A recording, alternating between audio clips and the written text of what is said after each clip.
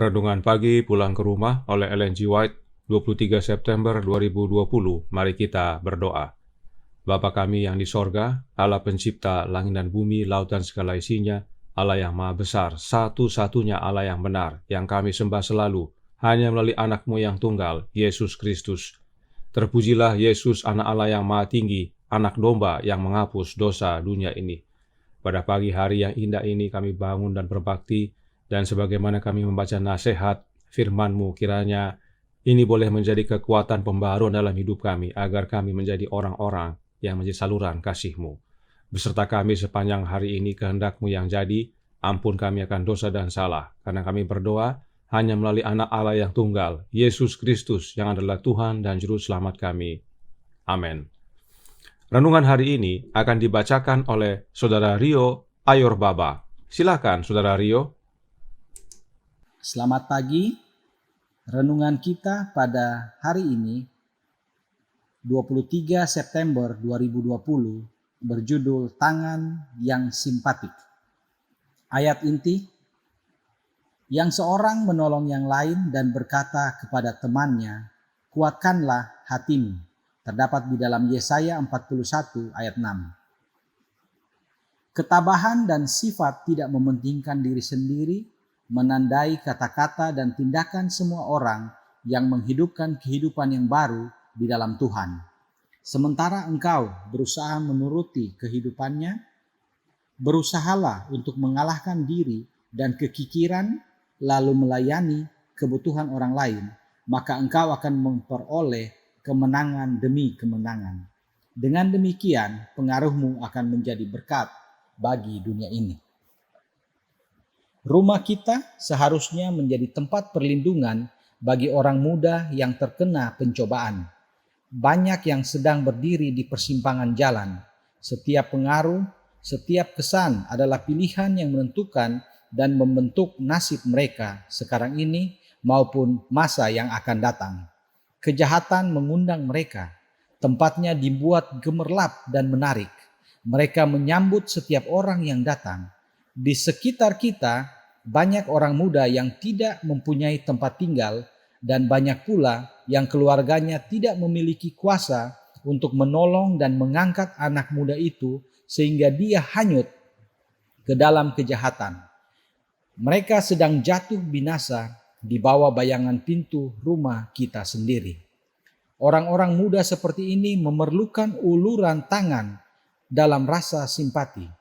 Sekadar kata-kata yang ramah, sekedar perhatian kecil yang diberikan, semua itu akan menghapus awan penggodaan yang sudah menyelubungi jiwa itu. Pernyataan yang sejati dari simpati surgawi mempunyai kuasa untuk membuka pintu hati yang membutuhkan keharuman kata-kata seperti Yesus dan jamahan roh kasih Tuhan yang halus dan sederhana. Sekiranya kita mau menunjukkan perhatian terhadap orang-orang muda, mengundang mereka ke rumah kita, dan mengelilingi mereka dengan pengaruh yang menggembirakan dan menolong, ada banyak yang dengan senang hati akan mengubah langkah mereka ke jalan yang menuju ke atas. Waktu kita sekarang ini singkat. Kita hanya sekali melewati dunia ini. Sementara kita berjalan, marilah kita memanfaatkan hidup itu sebaik-baiknya. Tugas terhadap mana kita dipanggil tidak menuntut kekayaan atau kedudukan sosial maupun kesanggupan yang besar. Tugas itu hanya menuntut roh penyangkalan diri, pengorbanan, dan tujuan yang teguh. Sebuah lampu betapapun kecilnya, kalau dijaga tetap menyala, akan dapat dijadikan sarana untuk menyalakan banyak lampu yang lain. Lingkaran pengaruh kita mungkin kelihatan sempit. Kemampuan kita kecil, kesempatan kita sedikit, perolehan kita terbatas. Namun kita memiliki kemungkinan yang luar biasa melalui penggunaan dengan setia akan kesempatan dari rumah tangga kita. Kalau kita mau membuka hati dan rumah kita terhadap prinsip ilahi tentang kehidupan, maka kita akan menjadi saluran arus kuasa yang memberi kehidupan. dari rumah kita akan mengalir arus penyembuhan yang membawa hidup dan keindahan serta buah-buah yang sekarang ini kering dan tandus. Seri Membina Keluarga jilid 4 halaman 328, 321 dan 322. Terima kasih. Terima kasih atas penata layanan Saudara Rio. Tuhan Yesus memberkati. Selamat pagi, saudaraku dalam Tuhan. Ada banyak orang yang memerlukan uluran tangan simpatik, dan terlebih kepada orang-orang muda. Roh Nubuat menjelaskan tentang tangan simpatik ini dalam manuskrip 109 tahun 1908, paragraf 15. Nyonya White menjelaskan, dia yang dapat mempengaruhi bahkan yang paling rendah sekalipun dan dapat memenangkan mereka bagi Kristus, bekerja sama dengan agen-agen ilahi dalam upaya untuk menyelamatkan yang hilang, dalam mempersembahkan kepada orang berdosa juru selamat pribadi yang mengampunkan dosa. Kita mengulurkan tangan simpati dan kasih seperti Kristus untuk menggenggam tangan orang yang jatuh, dan dengan memegang tangan Kristus, dengan iman, kita membentuk hubungan persatuan antara orang berdosa dan juru selamat. Tangan simpatik itu adalah tangan kita, tetapi untuk dapat menjadi tangan simpatik, kita harus terlebih dahulu memegang tangan Kristus dengan iman, dan kemudian mengulurkan tangan simpatik kita kepada orang berdosa, agar orang berdosa tersebut terhubung dengan Kristus. Kenapa harus terhubung dengan Kristus sebelum menjadi tangan simpatik kepada sesama? Nyonya White jelaskan dalam manuskrip 24 tahun 1887 paragraf 30 yang berbunyi, Yesus ingin agar kita menjadi seperti dirinya sendiri, dipenuhi dengan simpati yang lembut, melakukan pelayanan kasih dalam tugas-tugas kecil dalam hidup. Inilah pentingnya kita harus terhubung dengan Kristus, karena dirinya penuh dengan simpati yang lembut, dan dia mau kita menjadi seperti dia, penuh simpati yang lembut. Lalu disebutkan tadi, ada tangan Kristus. Apa makna dari tangan Kristus ini? Kita harus memahami hal ini karena hanya dengan berpegang pada tangan Kristus, kita dapat mengulurkan tangan simpati. Suratnya nomor 59 tahun 1892, paragraf 9, Nyonya White menjelaskan, kita mungkin menerapkan ini pada perjalanan kerohanian kita. Tuhan Yesus tidak dapat menyelamatkan jiwa yang terus-menerus mengikuti jalan dan kemauannya sendiri. Tidak ada pengurusan jiwa yang berpegang teguh pada caranya sendiri. Saya melihat kepada kamu sebagai yang dalam bahaya terbesar. Saya telah memberikan kepada kamu undangan dan peringatan serta permohonan Roh Allah. Namun jiwa saya berduka karena saya melihat kamu menyimpang dari nasihat-nasihat Tuhan, menandai jalanmu sendiri. Dan ini menempatkan saya di mana saya tidak percaya kepadamu, karena kamu telah mengambil tanganmu lepas dari tangan Kristus. Tinggallah di dalam aku dan aku dalam kamu, sama seperti ranting tidak dapat berbuah dari dirinya sendiri kalau ia tidak tinggal pada pokok anggur. Demikian juga kamu tidak berbuah jikalau kamu tidak tinggal di dalam aku. Yohanes 15 ayat 4. Ini adalah nasihat Nyonya White kepada anak sulungnya Edson serta istrinya Emma. Nyonya White melihat bahwa mereka telah melepaskan tangan mereka dari tangan Kristus. Kemudian Nyonya White kutip Yohanes 15 ayat 4. Maka artinya tangan Kristus adalah sama dengan tinggal di dalam Yesus dan Yesus dalam kita. Sebab dengan tinggal dalam Yesus kita berbuah, dan di luar Yesus kita tidak dapat berbuat apa-apa. Kita tidak bisa ulurkan tangan simpatik jika kita di luar Yesus. Dengan menerima Yesus tinggal dalam kita, maka Yesuslah yang mampukan kita mengulurkan tangan simpatik kepada sesama. Bagaimana caranya Kristus tinggal dalam hati kita? Kita baca dalam manuskrip 1901 paragraf 38 yang berbunyi, iman adalah menggenggam tangan Kristus di setiap tempat dalam setiap keadaan darurat. Tangan Kristus tadi adalah sama dengan Kristus tinggal dalam kita, dan itu oleh iman. Imanlah yang menggenggam tangan Kristus. Oleh imanlah Kristus tinggal dalam kita.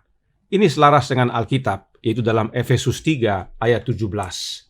Sehingga oleh imanmu, Kristus diam di dalam hatimu, dan kamu berakar serta berdasar di dalam kasih. Jadi oleh iman, Kristus tinggal dalam hati kita. Melalui apa? Melalui kehadiran Roh-Nya. Galatia 4 ayat 6. Karenanya, memegang tangan Kristus itu sama dengan memiliki Kristus tinggal dalam hidup kita oleh iman, dan itulah yang mampukan kita mengulurkan tangan simpatik kepada sesama.